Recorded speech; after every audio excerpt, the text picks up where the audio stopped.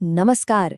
चलिए आज बात करते हैं हिंदी साहित्य के उस महानायक की जिनकी कलम ने एक पूरे के पूरे युग को गढ़ दिया। जी, हम बात कर रहे हैं जयशंकर प्रसाद की। तो चलिए शुरू करते हैं एक सीधे से सवाल से। एक ऐसा सवाल जो जयशंकर प्रसाद के कद को बताता है। हिंदी साहित्य में जो छायावाद युग था, उसका ब्रह्मा किसे कहते हैं? कभी सोचा है? बिल्कुल सही, वो हैं जयशंकर प्रसाद। एक ऐसा नाम जो छायावाद का दूसरा नाम बन गया। वो लेखक जिन्होंने साहित्यिक आंदोलन की, आप कह सकते हैं, नींव रखी, उसे पाला पोसा और एक आकार दिया। तो उन्हें ब्रह्मा वाला टाइटल मिला क्यों? जैसे ब्रह्मा को सृष्टि का रचयिता मानते हैं ना, ठीक वैसे ही प्रसाद जी को छायावाद का प्रवर्तक माना जाता है। ये वो दौर था जब साहित्य में भावनाओं, प्रकृति और कल्पना को सबसे ऊपर रखा गया, और वो इस युग के 4 सबसे मजबूत स्तंभों में से एक थे, और शायद सबसे पहले भी।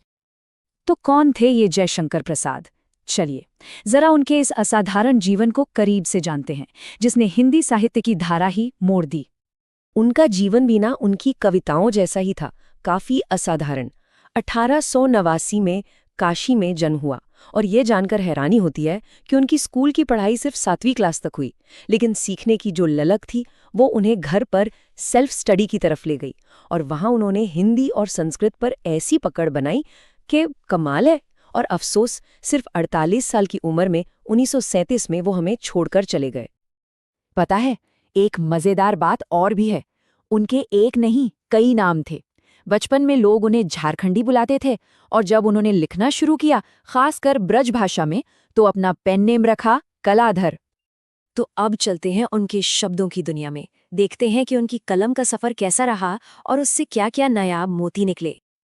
ये देखिए, 1909 में उर्वशी से शुरू हुआ ये सफर, और कहाँ तक पहुंचा? 1935 में कामायनी जैसे महाकाव्य के शिखर तक। इस पूरी यात्रा का हर एक पड़ाव, हर एक किताब हिंदी साहित्य के लिए एक मील का पत्थर है। और कमाल की बात यह है कि उनकी वर्सेटैलिटी देखिए। एक तरफ वो कानन कुसुम और झरना जैसे खूबसूरत गीति काव्य लिख रहे हैं, दूसरी तरफ प्रेम पथिक और आंसू जैसे दिल को छू लेने वाले खंड काव्य। और फिर इन सब के ऊपर है कामायनी जैसा महाकाव्य, जो आज भी अमर है। अब प्रसाद जी सिर्फ एक महान लेखक नहीं थे, वो तो एक ट्रेंड सेटर थे, एक पायनियर थे। उन्होंने हिंदी साहित्य में कई चीजें पहली बार की, और इन्हीं वजहों से वो हमेशा के लिए खास बन गए।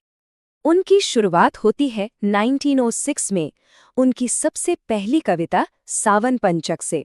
और हाँ, याद है ना वो उपनाम? बिल्कुल, ये कविता कलाधर नाम से ही भारतेंदु पत्रिका में छपी थी।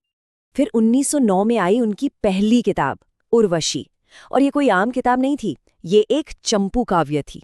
मतलब जिसमें प्रोज और पोएट्री, गद्य और पद्य साथ साथ चलते हैं। कई जानकार तो इसे कामायनी की एक तरह से भूमिका भी मानते हैं। और अब आता है एक बहुत बड़ा, एक क्रांतिकारी कदम। 1913 में उन्होंने कानन कुसुम पेश किया। ये खड़ी बोली में, यानी जो आज की मॉडर्न हिंदी है, उसमें पहला काव्य संग्रह था। ये एक बहुत बड़ा कदम था, साहित्य को आम लोगों की भाषा के और करीब लाने का। पर प्रसाद जी यहीं नहीं रुके। उन्होंने करुणालय के साथ एक पूरा का पूरा नया जॉनरा ही बना दिया। 1913 में लिखा गया ये नाटक हिंदी का पहला गीति नाट्य माना जाता है, यानी एक ऐसा नाटक जिसे म्यूजिक के साथ गाकर पेश किया जा सके। कमाल है। और अगर उनके लिटरेरी एवोल्यूशन को देखना हो ना, तो इसका सबसे अच्छा उदाहरण है प्रेम पथिक। उन्होंने पहले इसे 1909 में ब्रज भाषा में लिखा, और फिर सिर्फ 5 साल बाद 1914 में इसे पूरी तरह से खड़ी बोली में बदल दिया। ये दिखाता है कि वो एक लेखक के तौर पर कितनी तेजी से आगे बढ़ रहे थे। तो आखिर प्रसाद जी की विरासत क्या है? वो हमारे लिए क्या छोड़कर गए हैं? उनकी लेगेसी सिर्फ उनकी किताबों में नहीं है, बल्कि उन विचारों में है जिन्होंने हिंदी साहित्य की सोच को ही बदल दिया। उनकी रचना झरना को छायावाद की प्रयोगशाला या लैबोरेटरी ऑफ छायावाद कहा जाता है। क्यों? क्योंकि माना जाता है कि 1918 में आए इसी कलेक्शन ने सही मायनों में छायावाद युग की शुरुआत की थी। ये एक नए दौर का ऐलान था। और फिर है आंसू। ये रचना इतनी गहरी और असरदार थी कि इसे